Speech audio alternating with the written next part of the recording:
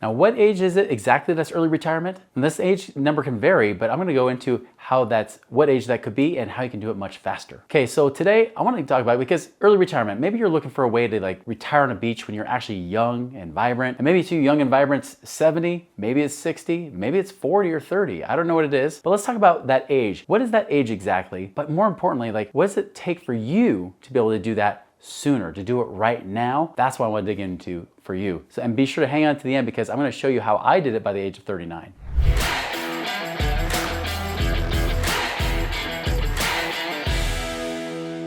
All right, so what is this early retirement age, right? What's actually possible? Now, if you're trying to go off of like your Social Security and things like that, Social Security, the full retirement age is 67, but you could start taking income at age 62. So maybe you might think, ooh, I want to retire early. 62 sounds awesome. You know, maybe it is. For me, that's 15 years away, right? But that for you might come up too fast and it might come up too slowly, depending on what you consider as being early retirement. But that would be the early Social Security retirement. Now, if you have a 401k, the earliest you're supposed to retire with 401ks and IRAs is 59 and a half, because if you take out money before then, they charge you a 10% penalty. Yes, there's maybe some little rules you can use, like rule of 55. There's even things like, you know, doing 72 Ts and things like that you might be able to try to avoid and do it a little bit earlier than that. But it gets to be, you know, it gets to be a pain in the butt just trying to figure out how to make those rules work for you. So instead, most people think 59 and a half. If you do it before 60, that's pretty awesome. To me, that's not the case. My first time I retired was actually when I was 28 years old. But here's what's funny. It wasn't doing all those things you've been hearing about from financial advisors. Nothing you're gonna hear from Dave Ramsey or any other financial pundit out there that's telling you that you should just stuff your money away in the stock market for 5 billion years and hopefully you've got something. Because here's the truth, guys. If you're using traditional 401ks and IRAs, the results are out. The stats are in. They're saying you will not retire early, right? For example, the one thing I've seen here is that, you know, we have Fidelity that came out with their numbers at the end of 2023. They only have 810,000 people of 45 million. 810,000 have accounts of $1 million or more. That's it. That's less than 2%. And of those people, 35% surveyed said they think it will take a miracle to be able to retire. So even though they're there, and I guarantee there's a lot of people in their 60s and even 70s there saying, I don't think I can make this work. You know, I don't think it's enough. And it's true. Or some people are just thinking, boy, maybe I'll just die sooner, right?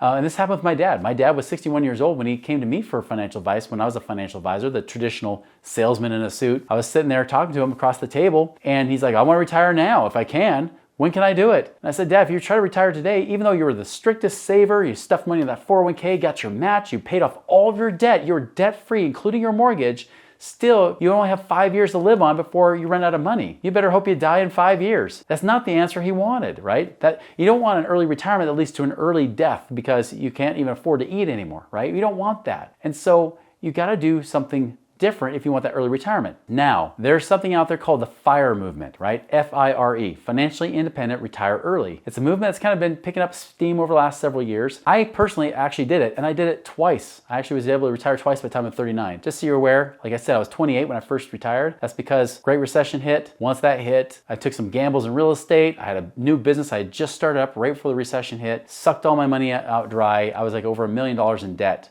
by the time I hit 2008. That was rough. So I started with no money, no credit. I have over $1 million in debt, about $1.1 million in debt. Had to figure out how to pay it off. Yes, I sold off about everything I owned to do it, but then I still had like $500,000 plus of debt still left to pay off. And I spent years to do that, to where in 2016, I finally was able to retire the second time. Not just because I was debt free, but more importantly, because I had enough passive income coming in to pay me $10,000 a month, which is what I needed at that time. So I did that. Now, I will tell you this from firsthand experience. This is not from following the advice I gave as a financial advisor, because I quit being a financial advisor and I started doing things like real estate investing. I started doing things that focused on passive income and cash flow rather than just doing it. By the way, just so you know, financial advisors, ask them the next time you sit down with them, say, hey, listen, can you retire right now today off of your retirement portfolio? Can you do that right now? I can guarantee almost 100% of the time, they will say no, if they're answering you honestly. Because the truth is, if you take away their commissions, they're broke just like you are. Maybe even more broke than you are. That's why they're called brokers, because they're broker than you and I are, right? You don't want that. This is why I can tell you, like, financial advisors are paid to sell you crap, not make you more money. They are paid whether you make money or not in the market. That's not cool with me. I think that's completely out of integrity. Somebody should be making money only because they help you make money. That's my personal opinion. Now, one thing that I've seen as well, if you want to be able to do this early, this FIRE movement they talk about, they believe in this 4% rule, right? They say if you have $100,000, you can live on 4%, which is $4,000 a year. If you have $1 million, you can live on $40,000 a year. And they'll say, hey, just live as cheap as you possibly can, get it down to where you can pay your bills. Now the concept is good, but the math is wrong. Because here's what they've done. First, the 4% rule came from a guy that did studies between 1926 and 1976. Just so you know, the gold standard had just barely got taken off at that point. Inflation started roaring bigger after 1976. Now, based on life expectancy in 1976, which is, by the way, is almost 50 years ago. I was born in 77, so almost as old as I am, right? That was almost 50 years ago they came up with that number, and it was just saying, based on stock market fluctuations and everything, if you pull out 4% a year, you should not worry about outliving your money. That is incorrect today. That number is more like 3% today, and that's if you're trying to retire at a normal retirement age, because people are living longer,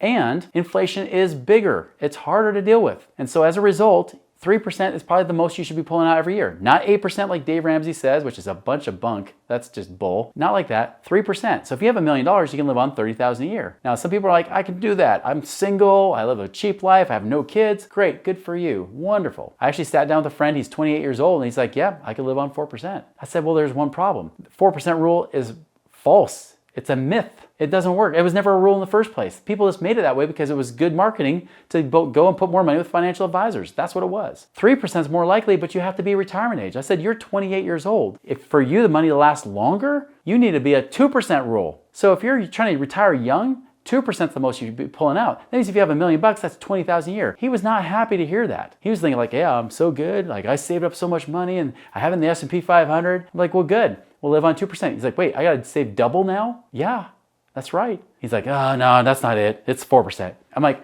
buddy, here's the deal. You're 28 years old. You were in freaking kindergarten when I was learning this stuff, okay? Like, just so you know, I have a little bit more experience seeing what happens in real life than you do. You can try to go off 4%, but you're gonna run out of money sooner than you want, especially because I think the stock market will tank in the near future. And he's like, well, I don't wanna believe it.